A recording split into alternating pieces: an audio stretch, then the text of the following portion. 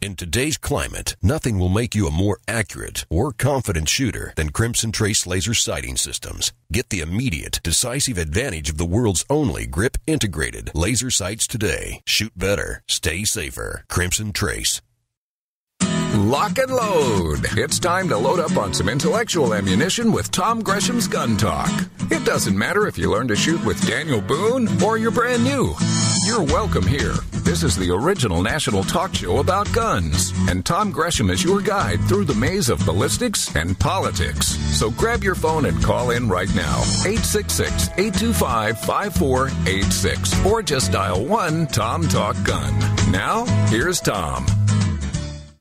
Broadcasting nationwide, this is Tom Gresham's Gun Talk.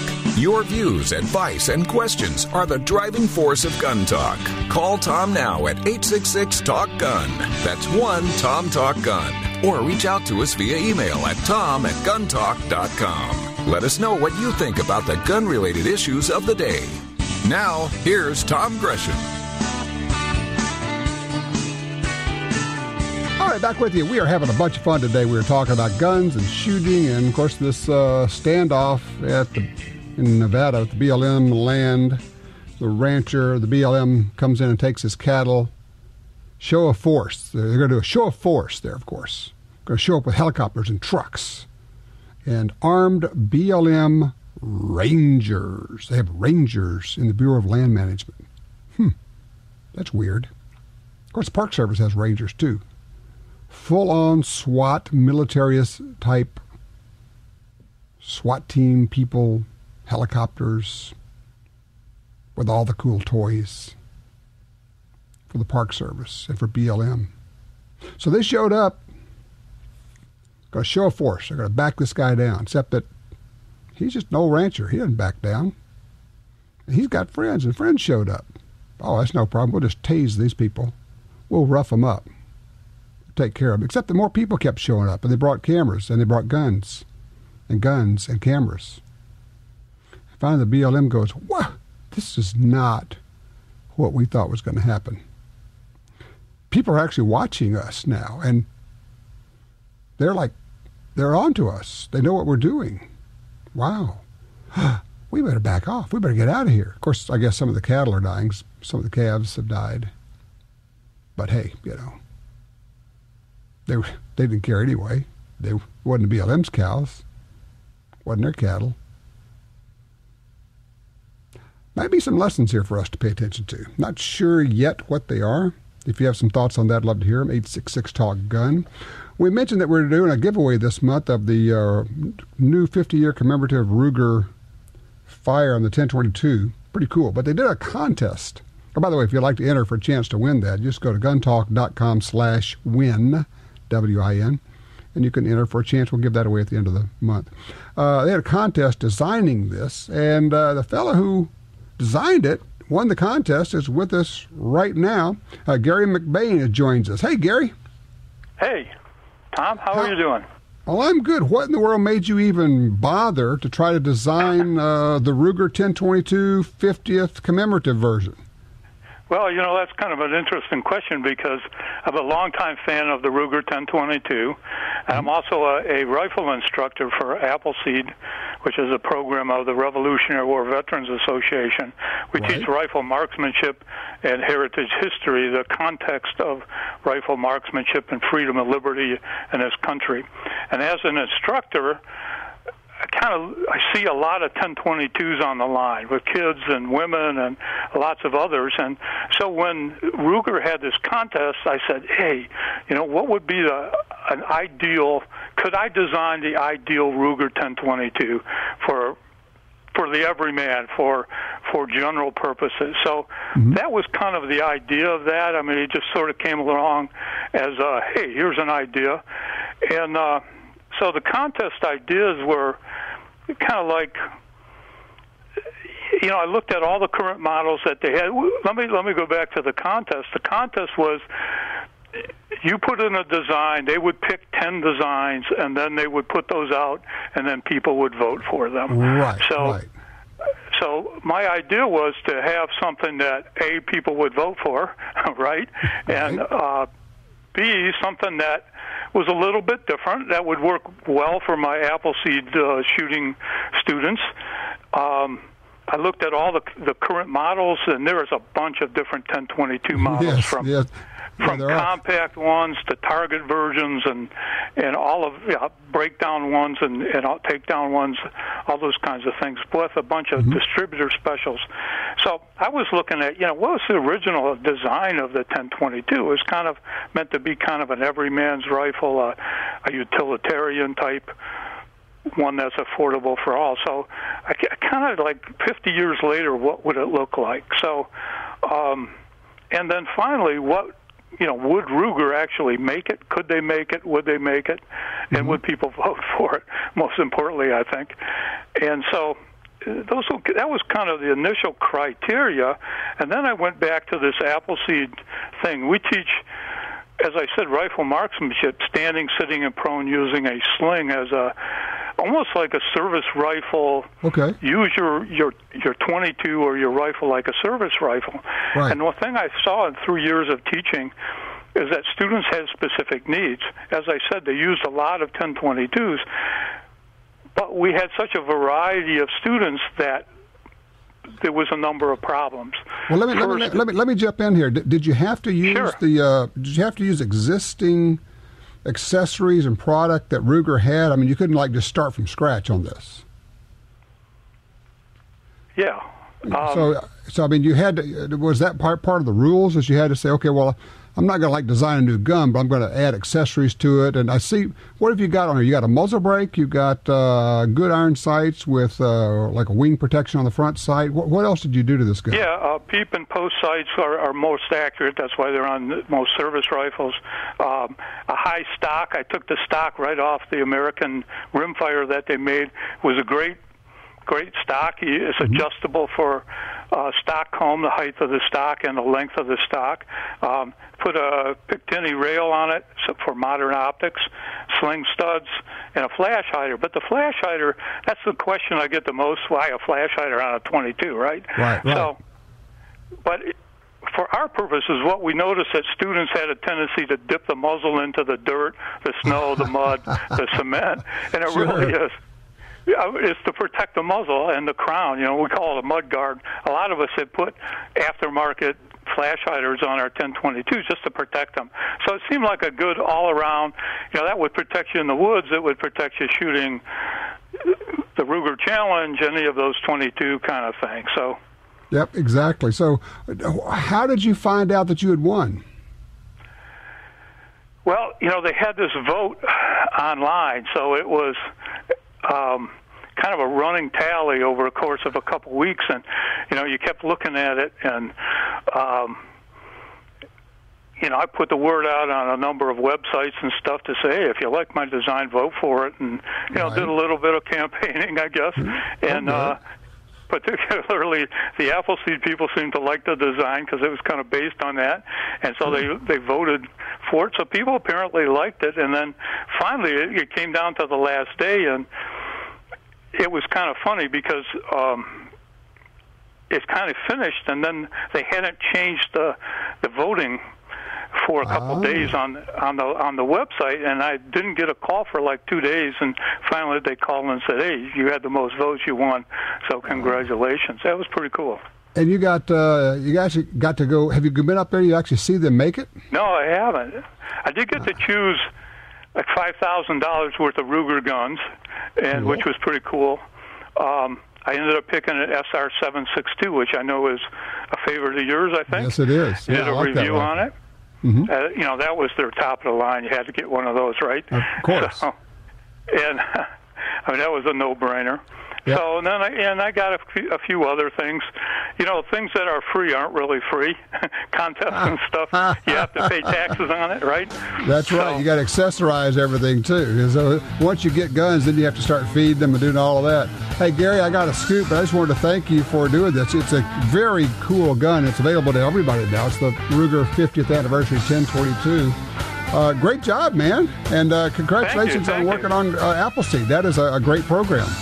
Yeah, it is. It is a great program. I want to mention that I'll be at the NRA convention in a couple weeks. Yeah? And I'll be at the Appleseed booth there. both Friday, Saturday, and Sunday. So, and I'm sure that Ruger will have a prototype of my rifle at their booth. I'm going to try to sneak over there and handle that baby. That sounds good. I'll tell you what, I'll be at the NRA too, so I'll see you there, man. Okay. Hey, it was nice talking to you, Tom. All righty, absolutely. By the way, if you're going to be at the NRA annual meetings in a couple of weeks in Indianapolis, you can come by and see me. We'll be doing the radio show. Actually doing it on Saturday. Pay attention, Saturday at the Ruger booth, as a matter of fact. So I'm sure Gary will be there, and you never know who's going to show up. So just come by and see us. That's Saturday at the NRA annual meetings in Indianapolis. All right, we're open lines now. What's on your mind? 866-TALK-GUN, 866-TALK-GUN. Keep your handgun and other valuables safe in your truck or SUV. Get a vehicle vault from Console Vault. Plate steel, 3-point locking system, easy installation. Visit CONSOLEvault.com. What's that? It's my Trijicon. What's a Trijicon? Only the best rifle scope in the world. Says who? How about the U.S. Marine Corps, Special Forces, Navy SEALs? You heard of these guys? Sure. Well, they're all using Trijicons. Let me see it. Wow, this is really sharp. And a lot of professional hunters are using Trijicon, too. You probably caught it on some TV and radio shows. Yeah, I have heard some of them swear by their Trijicon. I swear by it. You know, I could have been a Navy SEAL. Well, the closest you're going to get now is buying a Trijicon. Hey. Trijicon is the brand of rifle scopes that more and more hunters are swearing by.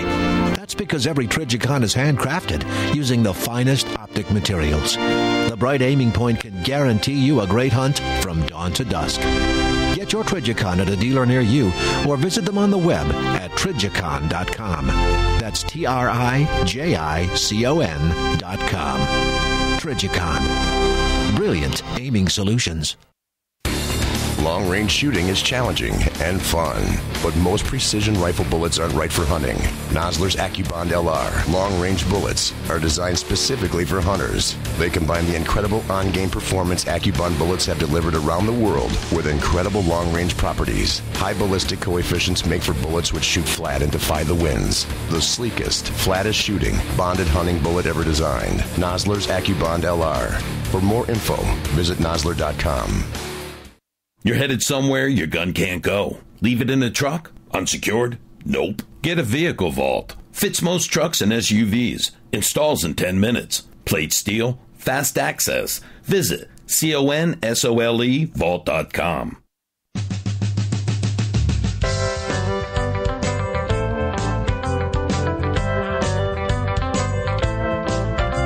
Got gun talk?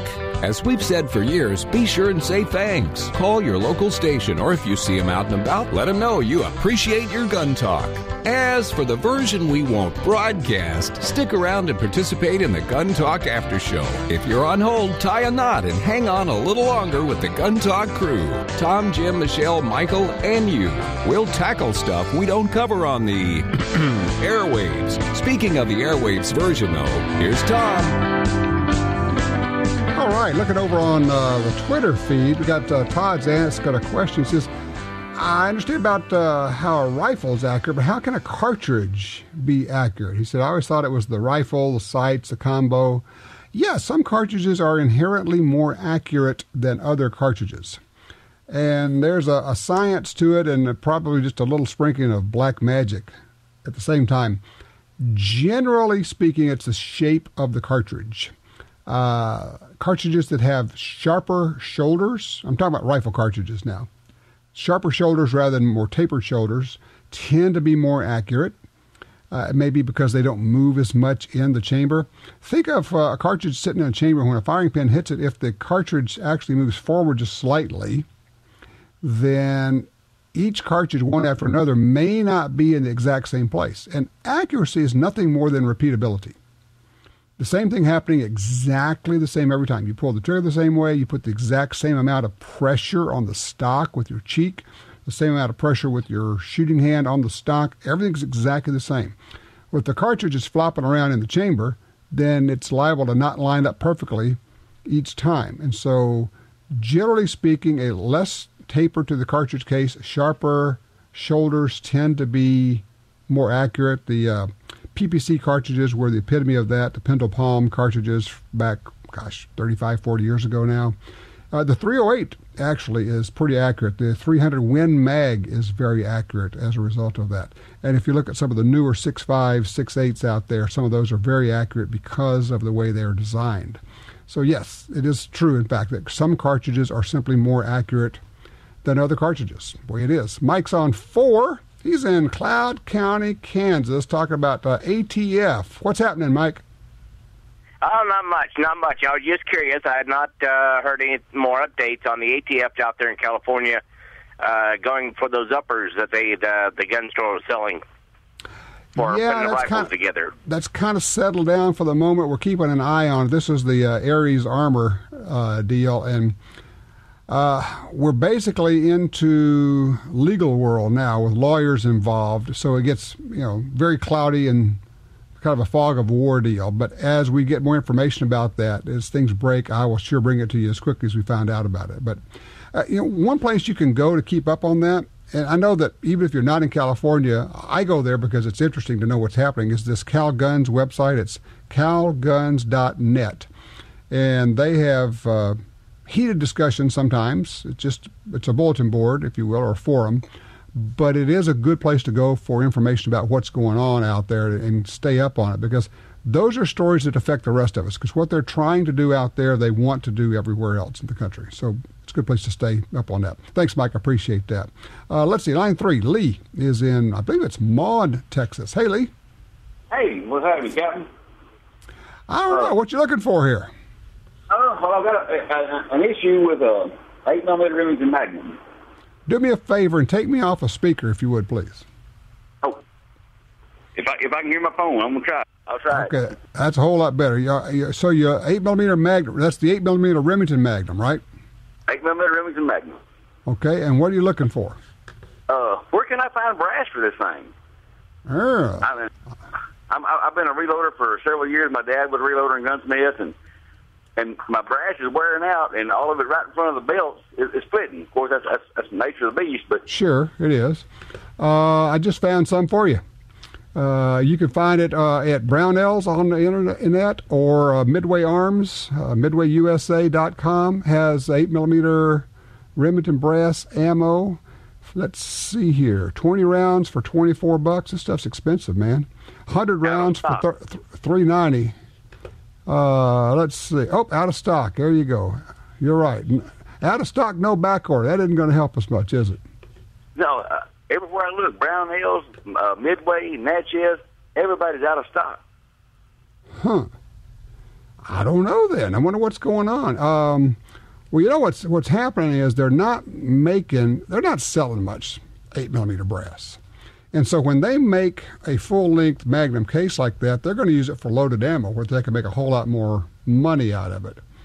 I'm almost wondering, I'm just playing with ideas here, if there's a way to start with another caliber and fire form it out to 8mm or size it down somehow, kind of work your way through a back door there. I'll tell you what I'm going to do. Well, Lee, let's put the call out. If somebody knows, number one, where can we find some 8mm Remington brass, give us a holler.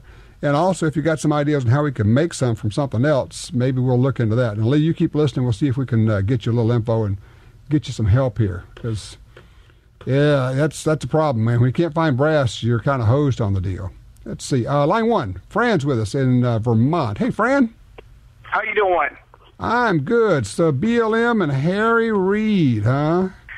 That's what I've heard. I've done some research online also and found that he's got some deals going on in some of the property out there with the Chinese solar panel farm. I read it sounds a little strange, but it's found in more than 2 or 3 places online.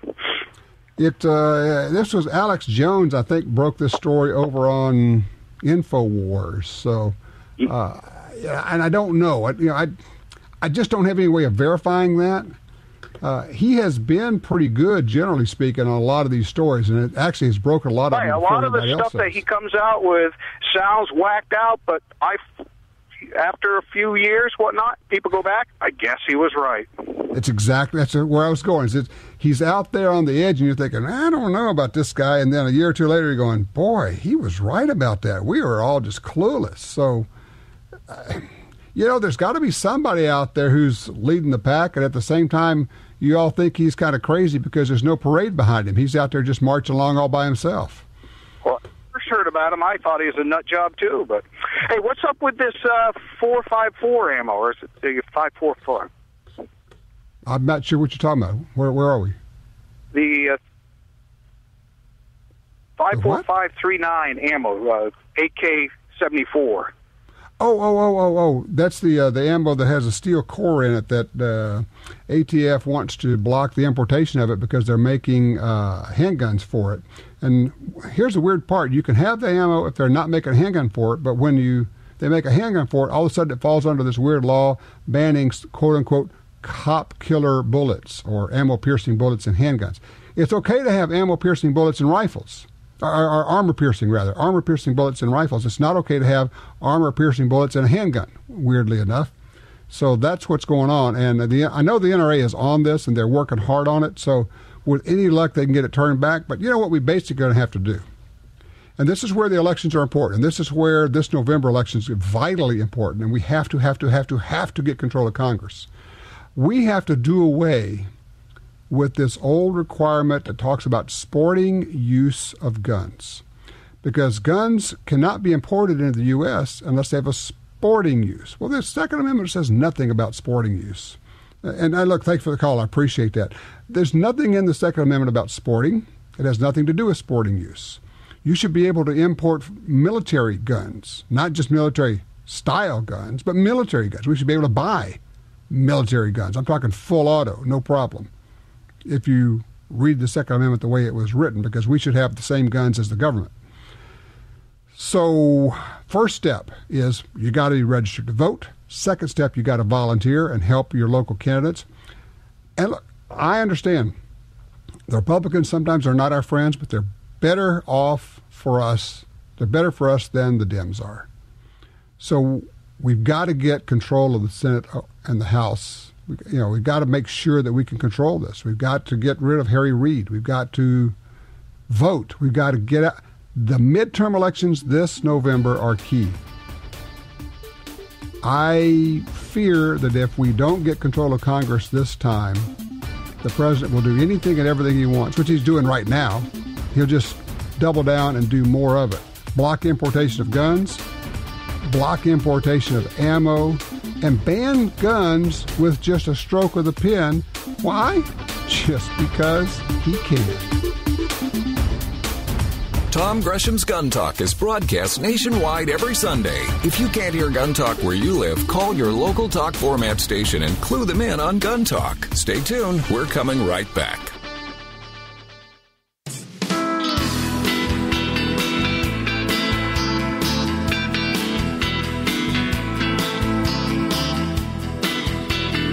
Now broadcasting nationwide on radio, via satellite, and through downloads, iTunes, the Gun Talk app, and other podcast clients. You're listening to Gun Talk with Tom Gresham. All right, 866-TALK-A-GUN will get you in here. We're just absolutely wide open lines for you. As far as subject matter, whatever you want to talk about, if it's about guns, we will do it. First gun, thinking about buying a gun, thinking about concealed carry, open carry, yeah, we'll talk about that. Getting a rifle. If you're buying a rifle, would you consider a Magnum these days? Or would you go back to 308, 7mm08, 260, some of the mid-calibers? A lot of interest in the 6.5s these days. That'd be the 260, 6.5 Creedmoor, and let's see, Nosler has its 25 Nosler. Lightning fast, crazy fast, laser type fast, brand new. Got to talk about that this week when we were shooting some studio segments for the Guns and Gear TV show, which, by the way, that new season starts in July. Both Guns and Gear and Gun Talk will start then, and we're busy shooting episodes as fast as we can, getting them ready for you. 866-TALK-GUN will get you in here. See, line 4, John's in Kenai, Alaska. Hello, John. Yeah, hi, Tom. This is a real long story. I'll try to keep it as short as I can. It's just to point out the way the BLM is pretty heavy-handed. I'm from Nevada originally. I've been up here in Alaska for about 40 years, but I remember all those old-timers in Nevada, the cattlemen and the miners and everybody. But anyway, it'd be interesting to Google Dan Sisters, DANN Sisters in Nevada, and the Treaty of Ruby Valley, which was a treaty that the government signed with the Shoshone Indians and back in about 1870 sometime, and it ceded a lot of country to the Shoshone tribe. I don't think it's nearly as much as the Navajo Nation, but it's a good bit of land, and it includes land in Nevada and Idaho and Utah. And anyway, then about in the 1970s, Congress passed another law that repealed the Treaty of Ruby Valley, right. Which is, that's kind of the historical precedent. They give Indians land, and then they pass another law that takes it away. But anyway, takes it back. By that time, the Indians weren't so gullible, and as to my knowledge, the Shoshone tribe has never accepted that repeal, and they're still living by the Treaty of Ruby Valley. That was the 1863 treaty. What was it, 1853? 1863, yes, the Treaty of Ruby Valley. So you're familiar with this story. And anyway,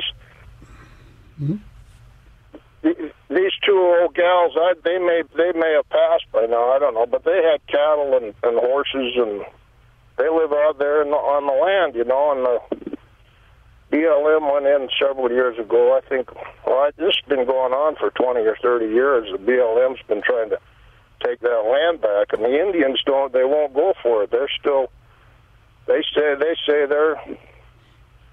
they're still living up to the Treaty of Ruby Valley.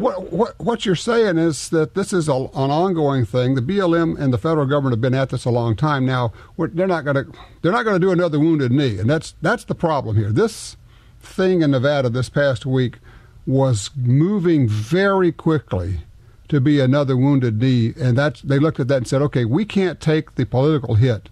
I will guarantee you, I would bet my house that somebody in Washington, D.C. says, this will kill the midterm elections. Get those BLM people out of there. This is bad for the Democrats right now. Get them out, get them out, get them out. They're going to hurt our election. That's why they left. I mean, we showed up with guns, we showed up with cameras, and that forced the issue. But the decision-making process, and look, I appreciate the call. I appreciate the history lesson. By the way, you can look up Mary Dan, Carrie Dan, D-A-N-N. Just put in the Dan Sisters, and it comes right up and get this information. I will guarantee you, dollars to donuts, somebody at the White House level made the call and says, this is looking bad for us. If this thing escalates and this thing turns into a Ruby Ridge, Waco, Wounded Knee deal, we're going to get creamed in the elections. And they made a political decision to pull them out, which means to me, and just as our caller was saying, that this has been going on for decades, after the midterm elections, look for this to come back. I mean, it's just my thinking. I just think that's not only possible, but I think it's entirely likely that after the midterm elections, we're going to be looking at something like this coming back. 866 Talk Gun. Be right back with more Gun Talk.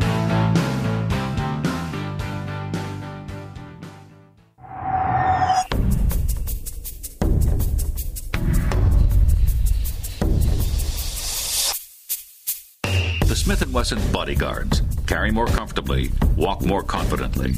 When it comes to personal protection, nothing beats a Bodyguard. Choose the lightweight, compact, and concealable Bodyguard 380 pistol or the Bodyguard 38 revolver, both with a built-in laser sight. The Smith & Wesson Bodyguards. Carry more comfortably, walk more confidently. One machine, one operator. Each machine is run by a single pair of hands. Hands that spend all day, every day, learning the machine inside and out. We don't believe in quotas. The point is crafting faultless ammunition, no matter how long that takes. It's not quick or easy. Being the best never is. Black Hills Ammunition. It started with our hands. If you carry a gun, you need training. Your concealed carry class was definitely not training. But time, money, and obligations keep you from spending days at a shooting school. The trusted folks at Gun Talk can help. Concealed Carry 1, our DVD featuring the VADA Group, covers what gun, what holster, how to carry, where to wear your gun, and much more. Visit shopguntalk.com. That's shopguntalk.com. Look, this really is life and death. Learn how to stay aware, how to get away, and how to fight if you must. At shopguntalk.com, you can get the 2 DVD set, including Fighting with the 1911 with Tiger McKee. No matter what gun you carry, this vital training info can save your life. Learn the draw, the stance, reloading, vital gear from Gun Talk. That's shopguntalk.com. shopguntalk.com. There's a rise in home invasions in America, and you need to be ready. Ready to protect yourself and your family. The bedside backup from Crossbreed Holsters keeps your gun at your bedside, ready to go. It also folds flat for easy storage and travel. Take it with you and use with any hotel bed. To see more, go to crossbreedholsters.com. That's crossbreedholsters.com. The bedside backup is not a child safety device.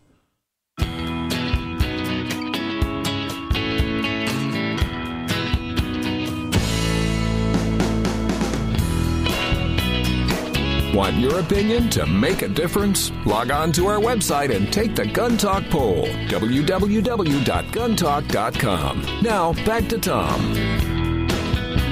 Got a couple of emails. One suggesting we were looking for 8mm Remington brass.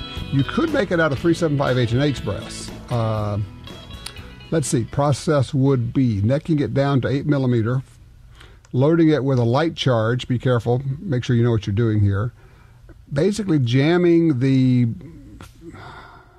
the bullet so that you could jam the bullet into the lens of the barrel, again, knowing what you're doing. And then when you shoot it, it's going to fire the bullet, but it's also at this point going to fire form the case.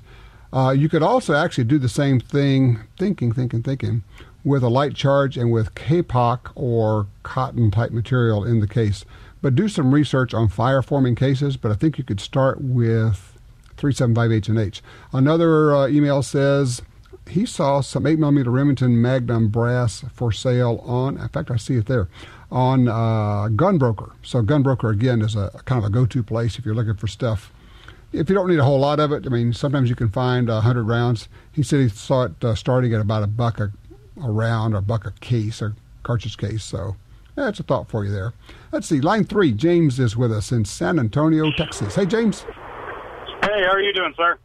Good. Timney trigger, huh? Yes, sir. Like a lot of people last year, I built my first AR, and after listening to your program for a good while, I decided I needed to upgrade my trigger. So I went with the Timney 3.5-pound trigger for my 5.56. I just finished another one in a 6.8, but I'm not sure if that trigger will work all right with that caliber or if I need to look elsewhere. No, it should work just fine. Shouldn't be a problem at all. Let me ask you, do you like the one you put in your 223? Oh, it was worth every dollar. I can't. It cut my groups in half. I went out coyote hunting with it. I mean, it was by far, it was worth every dollar. I couldn't be happier. My grandfather, he builds custom traditional style rifles, hand engraved stocks, everything like that, and he uses Timney in almost all of his rifles. And so I was actually pretty pleased to know that I was using the same style trigger, the same brand trigger in my AR that he uses in these very, very high-dollar, expensive guns.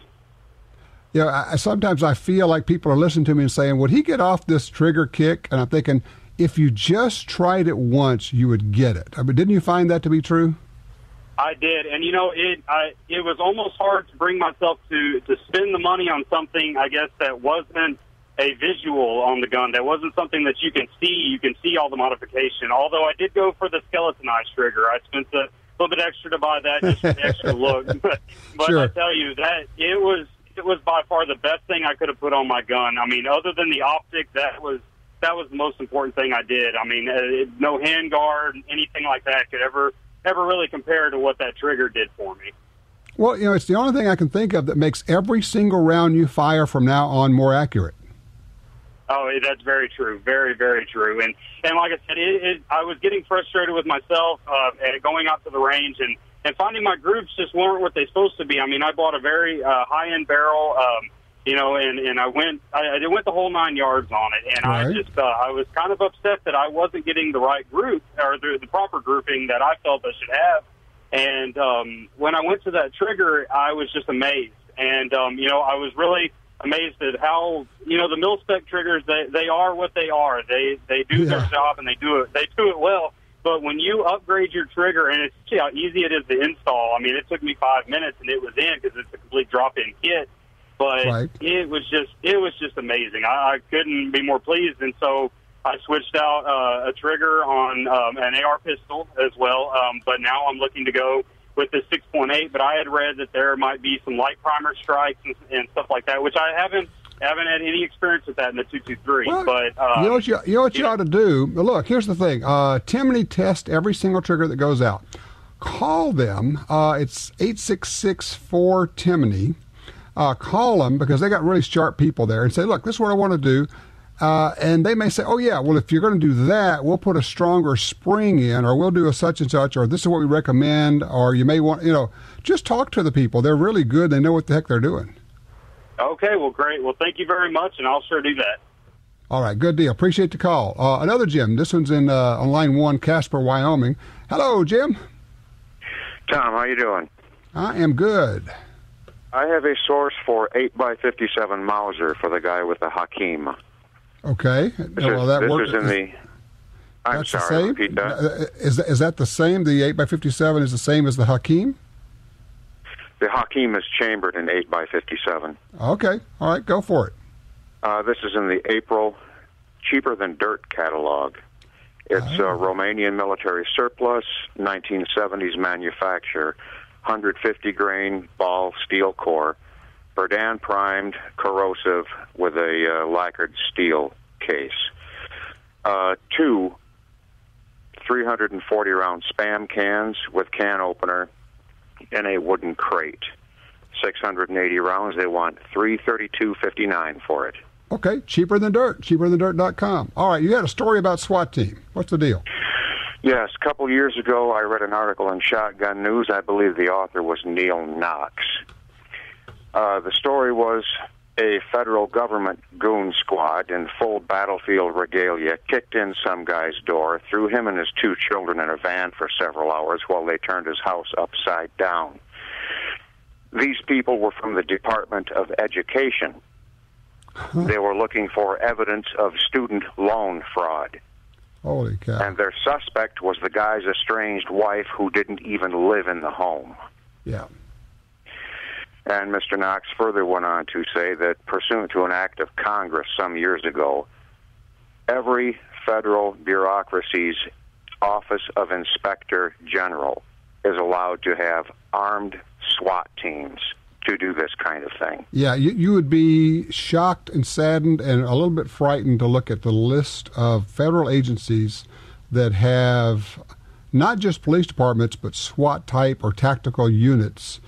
Department of Education goes on and on. So, yeah, now that article from Neil, that would have been from some time ago because Neil died a number of years ago. But and look, here's the deal. If Neil wrote it, I believe it because he was that good a journalist. He was also a good friend of mine. And frankly, I believe, and I think it's a shame that he doesn't get the credit because he had a falling out with the NRA. The NRA doesn't recognize Neil's work these days. I just think that's more the pity. But I think he was really the father of the modern gun rights movement. I think he is the one that got, well, I know he was. He was the one that got the NRA on its current track.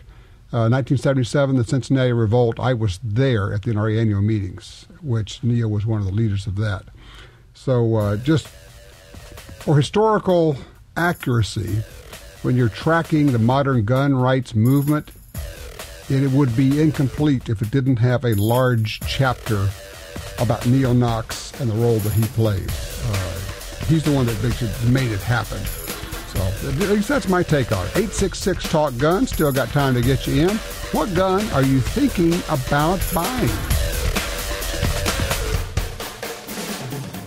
Join the NRA via Tom Gresham's Gun Talk website and receive $10 off the regular membership price. Log on to guntalk.com for details. You're listening to Tom Gresham's Gun Talk.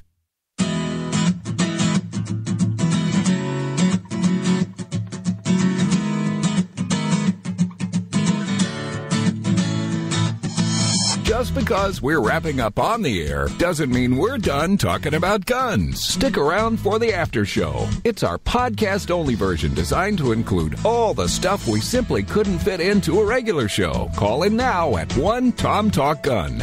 Now, back to Tom. All right, one of the fun things we get to do occasionally, we hear from old friends here. Just got a call from an old flying pilot buddy. Phil's on line 3. Hey, Phil, how you doing, man? I'm doing great. I think you created a monster. Yeah, you know what? My wife would have told you, be careful, because when you hang around Tom, it's going to cost you money. I got you into guns, didn't I? You sure did. When you started your show, I said, who in the world would ever listen to a radio call week after week, a radio show week after week on guns? Mm-hmm. And here I am. I can't wait to download it every week so I can listen on my way to work, and because we don't have a local radio station. But anyway, what'd you do now? IDPA. Pardon? What'd you do now? I shot IDPA this weekend. Okay. And my goal was to not get in last place while I was on hold. I checked. I got 44 out of 71 in the unclassified group. So I didn't come in last place, so that's good. Outstanding. That is great. Well, here's the more important thing. Did you have fun? I had a fantastic time. I'm already signed up for next month's competition, which happens to be on the same day as a PPC class I signed up for. So you're going to have a full day of shooting? Yep, I'll have the class in the morning, and then I've got about an hour and a half to do an hour and 15-minute drive to get out to the next site. By the way, Phil is one of the guys that's been keeping me posted on what's going on in Detroit and other cities up there with open carry, and I really appreciate you keeping me posted. Detroit's become an interesting place because you've had a number of self-defense shootings, and the police chief is now saying, yeah, that's good. You guys need to protect yourselves. Yes, he has. It's also interesting that one of the newspapers, there's a liberal writer who has come out and said, we need to stop all these people shooting the invaders, the home invaders. Really? That's what we need to do, huh? We need to just stop shooting people who are trying to rob and kill us. Okay. And I've really become an open carry advocate, and I probably only do it about a third of the time, but I see the benefits and understand the risk, and it gets interesting. Some of the police departments have come right out and said they don't want people to do it in spite of what the state has said. Well, and that's fine. They are allowed to say that's what they want, and I'm allowed to say I don't care. Well, unfortunately, through the color of law, they are trying to change people's behavior. I get it, and people just, and that's where being prepared, being informed, knowing what the law is, knowing that they can say that they don't like it. They could even say, you can't do that here, but if you know you can, you just say, no, actually I can. Don't resist if they want to take your gun. But what you do is you go back, and you'll end up winning in court, which is the winning last is best. He who laughs last, laughs best. Phil, thank you so much, and glad you had a good time at your IDPA. Good old hunting, flying buddy of mine from way back. Got to go back 20 years when we actually started this show. Thank you, sir. Actually a little bit more than 19, heading up to 20. I remember posting on one of my flying websites, AVSIG, if you're a pilot, avsig.com. Said, hey, I'm going to try this thing. We'll give it a few weeks to see if it works. Little did I know. All right, everybody. Stay informed, stay plugged in, get registered to vote, because I'm telling you, these midterms are going to be huge. You cannot let them keep running the way they are, making these executive decisions and running like crazy. We got to change things. Elections have consequences. If you're not motivated to get involved, then you know what you get to do? Shut the heck up, because you have no reason to bitch. Simple as that. All right, we'll see you next week. Be safe. Carry on.